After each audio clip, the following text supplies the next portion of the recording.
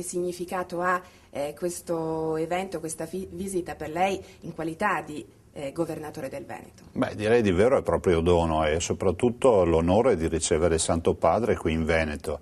Saranno 2 giorni magnifici per noi e sarà la più grande emozione che il governatore del Veneto avrà. E stiamo attendendo questa visita veramente con gioia e la stiamo preparando assieme a Sua Eminenza il Patriarca Angelo Scola, il quale è poi il dominus di tutta questa organizzazione.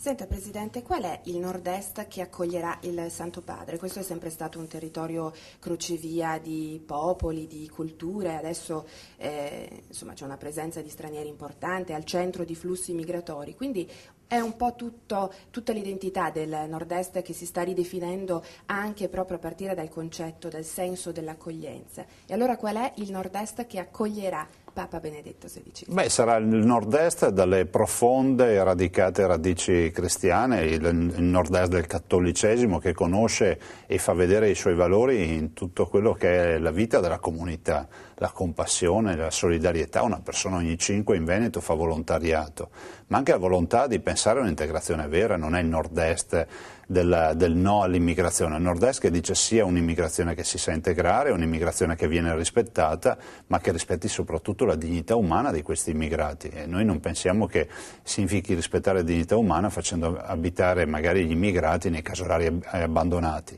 E questo lo abbiamo sempre detto, l'abbiamo detto alle imprese quando li assumevano e lo diciamo ai cittadini quando magari ci pongono il problema dell'immigrazione. Quindi il Papa troverà un nord-est assolutamente cosmopolita, un nord-est disposto all'accoglienza, quell'accoglienza che sia pura, pulita e che soprattutto sia rispettosa delle nostre radici cristiane.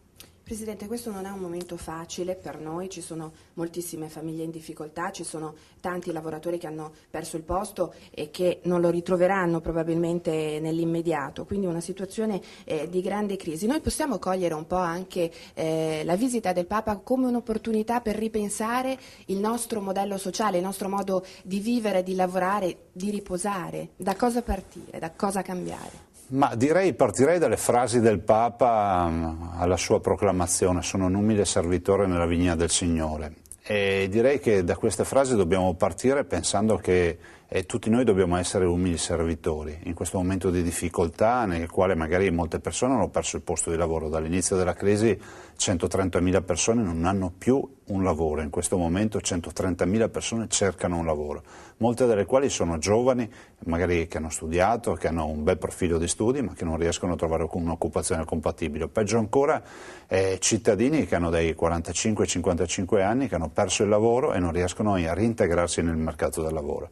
Quindi direi che la visita del Papa la vogliamo vedere anche come un cambio di rotta, quel cambio di rotta che noi abbiamo voluto segnare ad esempio in questi giorni firmando un grande accordo per l'apprendistato per i nostri giovani.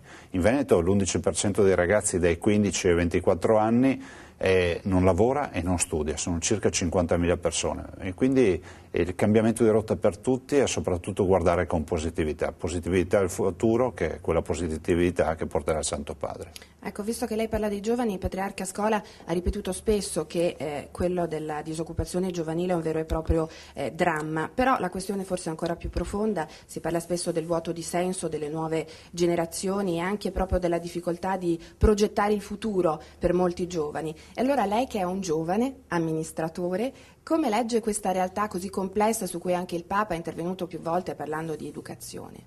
Ma direi che i giovani sono il nostro futuro, quindi volenti o nolenti noi comunque dobbiamo avere come riferimento i giovani, lo dobbiamo avere come amministratori, come comunità e come stakeholders, come si direbbe, no? Come detentori di interesse.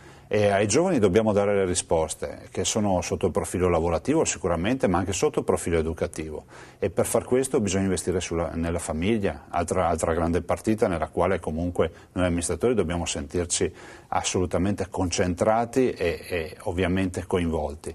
È una partita non facile perché è un mondo che non rispetta i giovani, è un mondo che comunque chiede a volte prestazioni che i giovani non possono dare per ovvi motivi. E direi che i giovani devono essere rispettati ed ascoltati, questa è la vera partita.